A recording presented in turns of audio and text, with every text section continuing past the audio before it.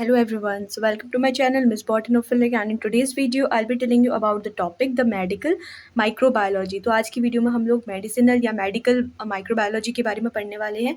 ये क्या होता है, क्या क्या चीज़ें इसके अंदर आती हैं, ठीक है। तो अगर आप हमारे चैनल पे नए हैं तो please subscribe and if you are the older one do like and share as much as you can. Okay, so now without wasting time let's get started.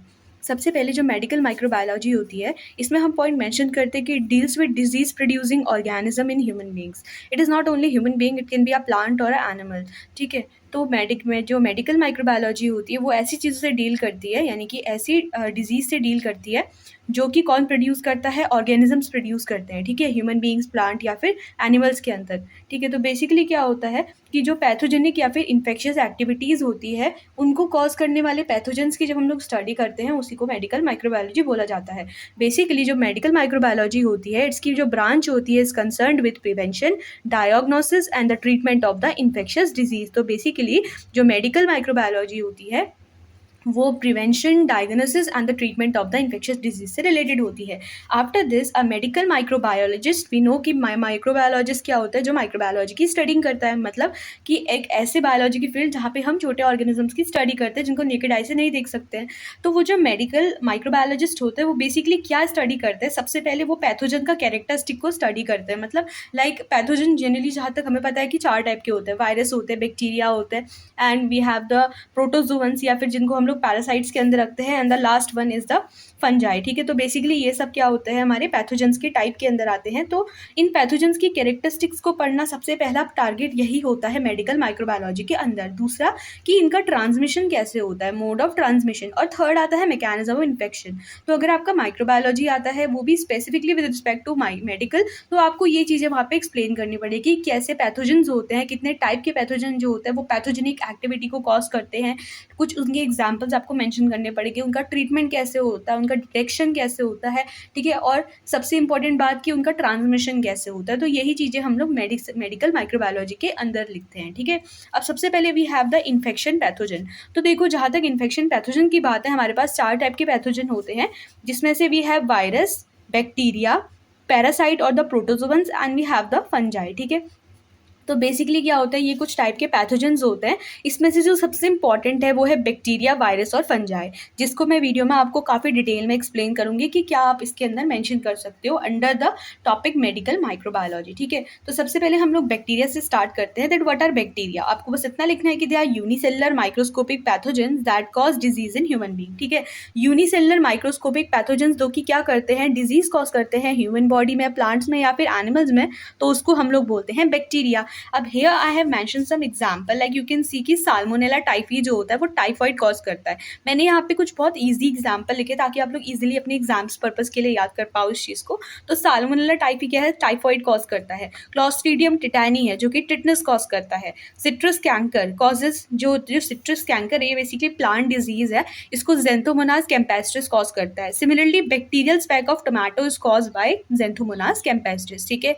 तो अगर बैक्टीरिया आता है तो आप वहाँ पे ये मेंशन कर सकते हो कि यूनिसेलुलर माइक्रोस्कोपिक होते हैं, प्लांट्स, ह्यूमन बींग्स और एनिमल्स में डिजीज कॉज करते हैं। Then you can explain here some examples of bacteria and their disease. Now what are the control measures, हम कैसे इसको कंट्रोल कर सकते हैं। देखो यूज ऑफ एंटीबायोटिक्स, हम लोग एंटीबायोटिक्स को यूज करते हुए बैक्टीरिया को कंट्रोल कर सकते हैं। एंटीबायोटिक्स भी जैसे क्या हो जाती है, for suppose we have the vancomycin, cephalosporin and we have the daptomycin, tetracycline, spectinomycin, chloramphenicol. तो ये सब कंट्रोल मेजर्स होते हैं बैक्टीरिया के अगेंस्ट। तो अगर आपका मेडिकल माइक्रोबायोलॉजी होती है, अगर आप पैथोजेंस को एक्सप्लेन करते हो तो उसके साथ उसका कंट्रोल मेजर भी देना इंपॉर्टेंट है। आपको पता ही होगा कि बैक्टीरिया को कंट्रोल करने के लिए हम हमेशा एंटीबायोटिक्स का यूज करते हैं। We have viruses. वायरसेस क्या होते हैं, they are neither living nor non living, ठीक है। Need a host to show a replication. अब बेसिकली आपने बचपन से ये चीज़ हम पढ़ते आते हैं कि जो वायरस होते हैं वो वैसे सराउंडिंग में क्या होते हैं, डेड होते हैं, ठीक है।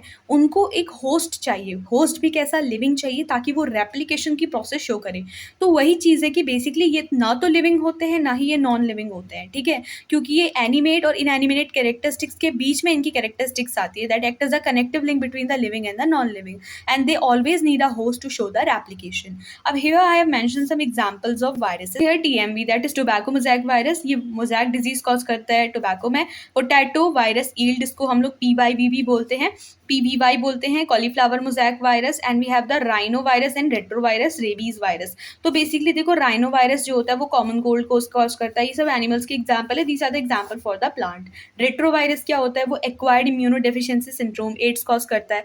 रेबीज का जो वायरस होता है वो हमें पता है बेसिकली मंकीज हो गया या फिर डॉग्स हो गया, इनसे रेबीज होती है, क्योंकि इनमें रेबीज का वायरस मतलब लीसा वायरस पाया जाता है। ठीक है, तो लाइसा या लीसा वायरस क्या हो जाता है, ये देखने को मिलता है ऐसे ऑर्गेनिज्म में जिससे रेबीज की डिजीज होती है। नाउ अब जैसे हम लोगों ने पढ़ा कि बैक्टीरिया को कंट्रोल करने के लिए या उनको किल करने के लिए हम लोग एंटीबायोटिक्स का यूज़ करते हैं, वैसे ही हम लोग वायरसेस को कंट्रोल करने के लिए वैक्सीन्स का यूज़ करते हैं, जिसका आपने सबसे अच्छा एग्जाम्पल अभी कोरोना के टाइम पे देखा होगा कि कोरोना वायरस के अगेंस्ट क्या है, वैक्सीन्स प्रिपेयर की गई थी, जहाँ पे first round vaccine, second round vaccine और थर्ड में हमारे पास अभी बूस्टर डोज भी अवेलेबल है। तो वैक्सीन्स बेसिकली क्या होती है, ये बॉडी की इम्यूनिटी को बढ़ाती हैं। ठीक है, तो यहाँ पे हम लोग जनरली वायरसेस को कंट्रोल करने के लिए क्या यूज़ करते हैं, वैक्सीन्स का यूज़ करते हैं। Okay, next we have the fungi. Fungi जो कि सबसे ज़्यादा डेंजरस एक पैथोजन माना जाता है स्पेशली फॉर प्लांट्स, क्योंकि एनिमल में बैक्टीरिया और वायरसेस तो इफेक्ट करते हैं, लेकिन फंजाई सबसे ज़्यादा प्लांट्स को इन्फेक्ट करता है। राइट, सबसे पहले हम इसको डिस्क्राइब करेंगे as non microscopic, because fungi को हम नेकेड आई से भी कहीं ना कहीं देख सकते हैं। ठीक है, तो they are non microscopic, eukaryotic and mostly plant are affected by this. Now we have late blight of potato. I have written here some example in case of plants and animal. Like plants में आप बहुत common से example है, Phytophthora infestans है, ये late blight of potato cause करता है। Alternaria solani है जो कि early blight of potato cause करती है। Puccinia graminis है जो कि wheat rust cause करता है। This is Albugo candida जो कि white rust of crucifer cause करता है। Next we have the candidiasis. तो कैंडिडियासिस जो होता है वो कैंडिडा एल्बिकन्स कॉज करता है, इनके स्पेशली जो होता है डॉग्स में देखने को मिलता है। डॉग्स में ये डिजीज कॉज करता है कैंडिडियासिस बाय कैंडिडा एल्बिकन्स। वैसे ह्यूमंस में जो होता है रिंगवॉर्म डिजीज देखने को मिलती है, ये कुछ fungi like Trichophyton and microsporum की वजह से होते हैं। ठीक है, नाउ अब इसका ट्रीटमेंट कैसे होता है, आपने सुना ही होगा कि जब फंगल इन्फेक्शन होता है तो उस टाइम पे ज़्यादातर हमें क्या दी जाती है, एंटीसेप्टिक या फिर एंटी फंगल क्रीम दी जाती है। ठीक है, अब देखो एनिमल्स तो एंटी फंगल क्रीम यूज कर सकते हैं, like applying of antiseptic creams to infected area, यहाँ पे we can also write the anti fungal cream. लेकिन प्लांट्स को we can't apply the anti fungal cream, तो उनके लिए क्या होता है, फंजीसाइडल स्प्रेज बन के आता है, जिसको इनडायरेक्टली आप लोग पेस्टिसाइड्स भी बोल सकते हो। तो use of fungicidal spray in case of plants. ठीक है, इसी के साथ साथ कभी कभी हमें टैबलेट्स भी मिलती है जब भी फंगल इन्फेक्शन होता है, तो वो टैबलेट्स में कुछ एंटीबायोटिक्स देखने को मिलती है, जैसे कि फ्लूकोनजाजोल हो जाती है। ठीक है, और टेट्राकोनाजोल हो जाती है, एंड वी हैव द वेरिकोनाजोल। ठीक है, तो फ्लूकोनाजोल, टेट्राकोनाजोल और वेरिकोनाजोल जैसी एंटीबायोटिक्स उन पर्टिकुलर टैबलेट्स में देखी जा सकती है जब हमें फंगल इन्फेक्शन होता है।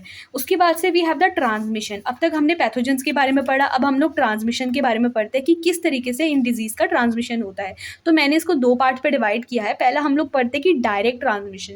देखो डायरेक्ट ट्रांसमिशन कहने का मतलब है जब हमें किसी एजेंट्स की रिक्वायरमेंट नहीं है, यानी कि डायरेक्ट एक जगह से दूसरी जगह क्या हो रहा है, लाइक एक पर्सन है उसको इन्फेक्शन हुआ, उससे एकदम से दूसरे पर्सन को उसके कांटेक्ट में आते ही इन्फेक्शन हो गया। तो डायरेक्ट देखो सबसे पहले तो होता है पर्सन टू पर्सन, जब एक्सचेंज हो जाता है बॉडी फ्लूइड का। बॉडी फ्लूइड का किस तरीके से एक्सचेंज होता है, लाइक इंजेक्शंस की जब शेयरिंग होती है, specially during any kind of blood test या फिर like the intake of the drugs, जो कि आजकल बहुत ज़्यादा देखा जाता है। तो उस टाइम क्या होता है कि सिरिंजेस की लोग शेयरिंग कर देते हैं, तो उसकी वजह से भी क्या होता है कि ये जो डिजीज़ होती है, चाहे कोई भी पैथोजेनिक डिजीज़ हो, वो क्या होती है एक पर्टिकुलर पर्सन से दूसरे पर्टिकुलर पर्सन में ट्रांसमिट हो जाती है। स्पेशली जो एड्स की डिजीज़ होती है, ठीक है, जो कि वायरल डिजीज़ है cause by human immuno deficiency virus. ठीक है, HIV जिसको हम बोलते हैं। अब इसके बाद से we have the droplet transmission. Droplet transmission like जैसे स्नीजिंग हो गई, कफिंग हो गई या फिर स्पीकिंग हो गई, ठीक है, बोलने की वजह से, ये सब क्या होता है, इसकी वजह से ड्रॉपलेट ट्रांसमिशन जो होते हैं, जो ड्रॉप्स निकलते हैं माउथ से जब भी हम लोग स्नीज करें, कफ करें या फिर स्पीक करें, तो उस टाइम पे क्या होता है, वो ड्रॉपलेट्स की वजह से भी इनका पर्टिकुलर ट्रांसमिशन हो जाता है। अगर स्किन टचिंग के बारे में कहेंगे, लाइक हम लोगों ने हैंड शेकिंग करी, ठीक है, हैंड शेकिंग करने की वजह से भी क्या है कि जो वायरस होता है या बैक्टीरिया जो भी चीज़ है, इन्फेक्शन उसको हो रहा है, तो वो एक पर्टिकुलर पर्सन से दूसरे पर्टिकुलर पर्सन में डायरेक्टली ट्रांसमिट हो जाता है, जैसे रिंग वॉर्म हो गया या फिर चिकन पॉक्स हो जाता है। राइट, इसके बाद से we have the direct transmission. अगर हम लोग डायरेक्ट ट्रांसमिशन के बारे में बोलते हैं, ये हमने पढ़ लिया है। Now let's talk about the indirect transmission. अब देखो इनडायरेक्ट ट्रांसमिशन क्या होता है, बेसिकली जो इनडायरेक्ट ट्रांसमिशन होते हैं इसके कुछ रीज़न है। पर्टिकुलर पॉइंट्स हैं। जैसे सबसे पहले we have the airborne, ठीक है। एयर की वजह से अगर ये होते हैं, स्प्रेड करते हैं पर्टिकुलर पैथोजेंस, तो उसको हम लोग एयरबॉर्न ट्रांसमिशन बोलते हैं। उसके बाद से contaminated objects like combs, towel and pillow, हम बोलते हैं ना कोई पर्टिकुलर पर्सन अगर घर में बीमार हो जाता है ट्रांसमिशन डिजीज के बाद, एक ऐसी डिजीज जो कि क्या हो जाती है, इनडायरेक्टली ट्रांसमिट हो जाती है, तो हम बोलते हैं कि उसको एक पर्टिकुलर रूम में बैठा दिया जाता है अलग से, और ना ही उसकी टॉवल्स को यूज़ किया जाता है, ना कोम्स को यूज़ करता है, और ना ही पर्टिकुलर जहाँ भी रीजन में वो पर्टिकुलर पर्सन रह रहा है उस चीज़ को हम लोग यूज़ पे लेके आते हैं, ठीक है। इसलिए क्योंकि क्या हो जाता है, वो ऑब्जेक्ट्स में भी कहीं ना कहीं वो पैथोजेंस क्या होते हैं, लग जाते हैं, जिसकी वजह से क्या होता है, अगर हम उन पर्टिकुलर ऑब्जेक्ट्स को टच करते हैं तो वो पैथोजेंस हमारी बॉडी में एंटर कर सकते हैं, ठीक है। इसके बाद से we have the vectors. Vectors क्या होता है, जिनको हम पैथोजेंस बोलते हैं, जो कि एक तरीके से ट्रांसफर कर रहे हैं एक पर्टिकुलर डिजीज को from one place to another, ठीक है। इसके बाद से we have the food and the water. देखो फूड एंड वाटर के थ्रू भी क्या हो सकता है, इन्फेक्शन फैल सकता है। इट इज़ बिकॉज कि जब फूड और वाटर कैसा है, अनहाइजीनिक है, ठीक है। तो स्पेशली जैसे आपने सुना होगा, वाटर के थ्रू जो होता है कलेरा हो जाता है, और फूड के थ्रू क्या होता है, टाइफॉइड नाम की डिजीज़ बहुत कॉमन चीज़ है। Then we have the animal transmission. अगर एनिमल ट्रांसमिशन के बारे में कहेंगे तो animal transmission like we can say the we are touching the streets animal, जो स्ट्रीट में एनिमल्स होते हैं उनको टच कर रहे हैं, तो उनमें क्या होता है, कहीं ना कहीं रेबीज़ वायरस, जैसे ये पर्टिकुलर वायरस आपने सुना ही होगा कि डॉग्स में होता है, तो ये चीज़ें क्या होती है, ट्रांसमिट हो सकती है from one animal to another. तो टचिंग, स्नीजिंग या बाइटिंग हो जाती है, तो उसके बाद से ये पर्टिकुलर डिजीज़ देखने को मिलती है, like rabies from dog, plague from rodents and anthrax from the sheep। We have the treatments and the prevention. तो ये ट्रीटमेंट एंड प्रिवेंशन बहुत कॉमन सी चीज़ है, हम लोग जो बचपन से पढ़ते आते हैं, हमें बताया जाता है कि क्या हाइजीन होता है, कैसे हमें अपनी बॉडी को क्लीन रखना है, ठीक है, खाने से पहले हाथ धोना है या फिर फूड को कवर करके रखना है। तो वही सब चीज़ें हम लोग ट्रीटमेंट और प्रिवेंशन के अंदर लिखते हैं, जो कि हम बचपन से पढ़ते आ रहे हैं, ठीक है। अब जैसे सबसे पहले क्या है, use of sanitiser and mask. आज के टाइम में it is very important to use sanitiser and mask, especially because जो कोविड पीरियड चला उस टाइम पे we were using the sanitiser and mask, क्योंकि हम लोग अपने को प्रिवेंट कर रहे हैं किस टाइप के पैथोजन से, वायरस से प्रिवेंट करने के लिए हमने यहाँ पे जो प्राइमरी प्रोटेक्शन लिया वो था सैनिटाइजर और मास्क का use. Then washing of hand before eating and after and other important hygienic activities, ठीक है। तो बेसिकली क्या है कि हम लोग को अपने हैंड्स को रेगुलरली वॉश करना चाहिए, स्पेशली बिफोर ईटिंग, क्योंकि ईटिंग के टाइम पे क्या होता है, जो हैंड्स होते हैं, जो कि सबसे एक तरीके से हम बोल सकते हैं मोस्ट कंटामिनेटेड प्लेस होती है बॉडी की, because we are touching everything, each and everything, the towels, the pen, pencil, तो हाथ में कहीं ना कहीं क्या हो जाता है, ये पैथोजेंस लग जाते हैं, ठीक है। तो ये पैथोजेंस को प्रिवेंट करने के लिए, क्योंकि डायरेक्ट हमारा हैंड जो है हमारे माउथ के कॉन्टैक्ट पे आ रहा है, तो उस पर्टिकुलर कंडीशन पे हमें अपने हैंड्स को वॉश करना चाहिए खाने से पहले। Then use of antibiotics, antibiotics का यूज करना चाहिए, vaccines, fungicidal creams, antiseptic etcetera must be used against these pathogenic disease. तो अगर आपको कोई भी पैथोजेनिक डिजीज होती है तो उसके अगेंस्ट आप इन चीज़ों को यूज कर सकते हो as per doctor recommendations, okay. Now avoid sharing of objects like towel, comes with infected person. Infected person की कोई भी चीज़ है उनको शेयरिंग करने से हमें अवॉइड करना चाहिए। Then avoiding the use of shared syringes, syringes को शेयरिंग को हमें बेसिकली अवॉइड करना चाहिए। जैसे सबसे मोस्ट इंपॉर्टेंट डिजीज़ जो इसकी वजह से होती है वो है ह्यूमन इम्यूनो डेफिशिएंसी। जो वायरस है वो कॉज क्या करता है, वो कॉज करता है एक्वायर्ड इम्यूनो डेफिशिएंसी सिंड्रोम, ठीक है। तो ह्यूमन इम्यूनो डेफिशिएंसी वायरस, इसका पूरा नाम होता है HIV, जो कि क्या कॉज करता है, एड्स की डिजीज कॉज करता है।